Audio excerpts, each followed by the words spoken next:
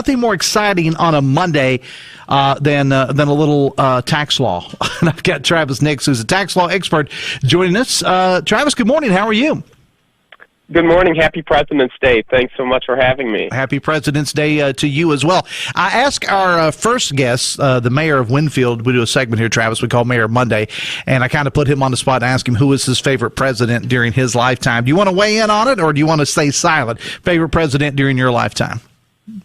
Probably George W. Bush during my lifetime. All right, there you go. All right, so last week, which shows you how exciting my life is, there were new forecasts that came out from a nonpartisan organization, the Congressional Budget Office, and I took a look at them, and this is something you hear a lot about in the news, Medicare and Social Security spending, and trust me, I'm getting to the age, Travis, where I start to pay attention to these things. Spending on these programs continues to outpace the growth, which means we may be in some trouble for the future. Your thoughts on that? Yeah, exactly. I mean, the latest reports is it's even worse than what we thought. By 2032, we're not going to have enough money to cover what we've promised people in Social Security, which means that these programs are in dire need of reform. And people in Washington, D.C. right now, they're talking about using the debt ceiling crisis as a way to kick the can down the road a little bit and possibly raise taxes on some of the most innovative and most important members of our economy, in just to kick the can down the road and not structurally reform any of these programs, which is a shame. Yeah, it really, really is, because eventually you got to pay the piper, to use a really bad cliche. And, you know, as you use the term kicking the can down the road, it's really not helping anything when it comes to these matters. No, I mean, these programs need reform. I mean, they're structurally insolvent because we have an aging population. We don't have enough young workers in the economy. So we need to basically completely imagine or reimagine how we think of these entitlement programs. Like Social Security was set up during the Great Depression when everyone's retirement accounts essentially went to zero overnight. It was a safety net for low-income retirees who lost everything, and we need to return to that. Because right now, it's like you have wealthy Americans who pay a lot into Social Security, and then they get a lot out. Maybe we need to switch to a flat benefit program where everyone gets $15,000 or $20,000, something like that, instead of having these people who've made millions over their careers get the most out of Social Security. That makes no sense. Talking to tax expert Travis Nix here on 580 Live, and a couple of things I want to get off my chest here, and I know you're the expert, not me, and you can totally disagree if you want to, with no rebuttal for me, but Social Security was never designed to live on, period. And my older listeners, and trust me, as I said, I'm getting closer to that age every day. If you were planning on having your Social Security check every month to live on, that's really not what it was designed for. It's called supplemental for a reason. It was kind of designed, I guess, as an add-on for your savings. That having been said, though, if you pay into it, you should expect it to be there, right? Yeah, and so that's the problem with it right now is I have no expectation at my age that I will ever get Social Security, but a lot of people were buying into these lies by politicians that basically what they think it it's almost like a lockbox. That's what they think it is. It's there, it's like collecting interest or something, and then you get it. No, it's been funding for the last 50, 60 years while you've been working everyone else's. And it's the younger people who then pay for older people's Social Security. So yeah, it needs to be saved. If you have if you basically believe that it was going to be there for you, it should be saved, but it should be there for you.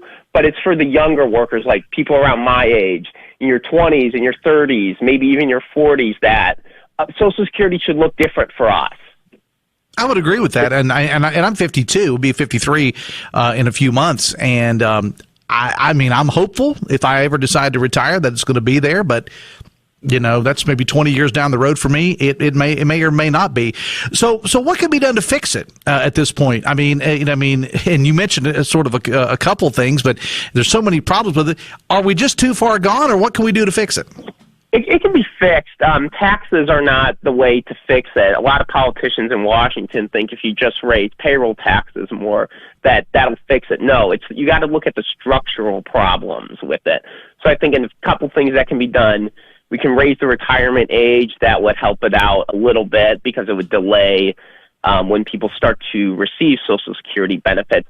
Switching to like a flat benefits program or even like an income cap where if you made over $10 million in your career or something like that, then you don't receive any Social Security. That would obviously help it out a lot. Or going to a flat benefit so you don't exactly, because the problem right now with Social Security is like people get like 1.5 times to 2 times more out of it than what they paid in. So if you switch to a flat benefit program, it returns the threshold to basically what you would pay in for some upper income people. So that would help save the program structurally.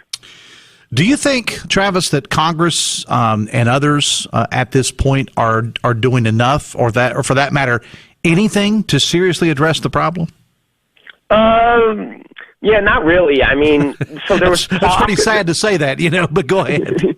Yeah, there was some talk during when we realized that we have to raise the debt ceiling again in around June or July, depending when we run out of money, that we were actually going to, for the first time, take a look at these entitlement programs. But then President Biden's State of the Union address, when he was basically accusing the Republicans in Congress of wanting to cut Medicare, Social Security, and Medicaid, and the Republicans jeered and booed back at him that they're not going to do that. That basically took all the discussions off the table to have any type of reform to these programs. It's obviously just not politically popular right now. So unfortunately, it looks like we're going to have a crisis in these programs and basically have benefits actually be cut because we don't have money before politicians actually start taking a serious look at reforming these programs. And it is really sad, as you said, because we're looking at an aging population, and we have the baby boomers at this point are looking at retirement. I mean, I'm a classic Gen Xer, and I'm looking at it down the road. I don't know if it'll ever happen or not, but I'm looking at it down the road.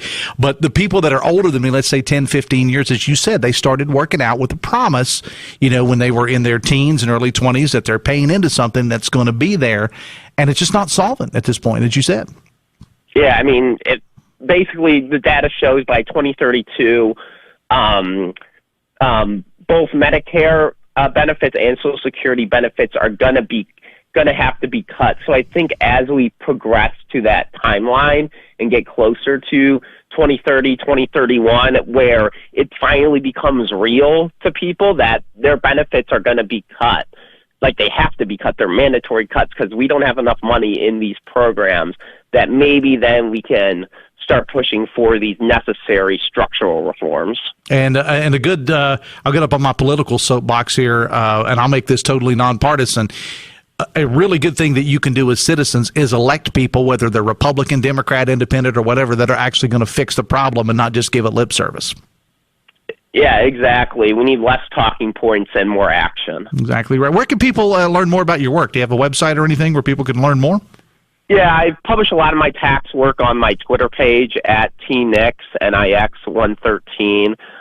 It's also on the youngvoices.com website.